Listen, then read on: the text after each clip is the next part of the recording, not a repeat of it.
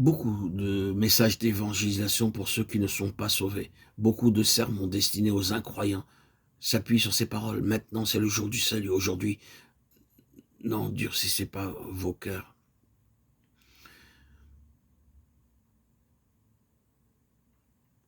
Cependant, ces mots sont pris de l'Ancien Testament et employés dans le Nouveau pour les croyants. Et plusieurs fois, l'exemple d'Israël dans le désert est présenté aux croyants comme un avertissement, comme une base pour l'appel.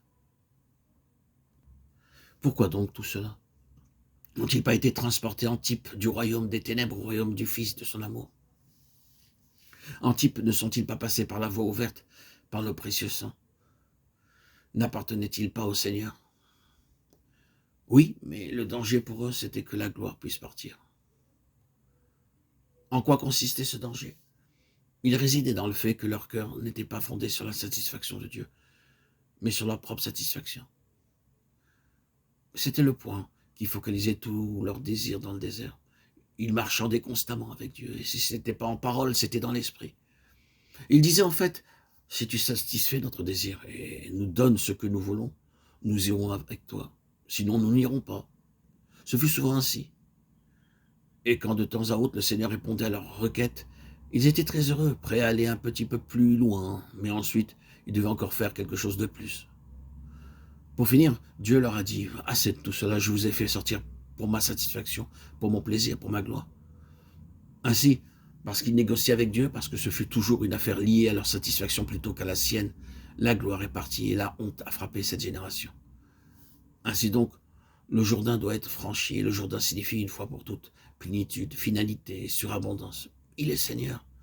Nous estimons que si un seul est mort pour tous, tous donc sont morts, et qu'il est mort pour tous afin que ceux qui vivent ne vivent plus pour eux-mêmes, mais pour celui qui est mort et ressuscité pour eux.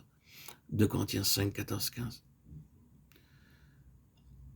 À moins que ce problème ne soit réglé, il n'y a pas de gloire, aucune possibilité de gloire. La gloire exige que nous reconnaissons non seulement qu'en Christ, notre être injuste fut enseveli, mais qu'il a enseveli aussi toute possibilité qu'en nous-mêmes, il y ait un jour quelque chose de juste. Vous êtes prêt à laisser enterrer votre pauvre moi malheureux et misérable, mais vous n'êtes pas toujours prêt à saisir et à enterrer la capacité supposée de votre être à vouloir se justifier. Vous tournez encore autour de ce misérable cadavre, espérant qu'il produise une certaine vie. La seule chose à faire, c'est de le mettre là où Dieu l'a mis, de l'enterrer. Oh, misérable chrétien, demeure enterré, accepte le jugement de Dieu et finissant avec cela. En vous-même, vous ne serez cependant pas meilleur quand vous aurez fait cela. Vous serez encore cet être misérable.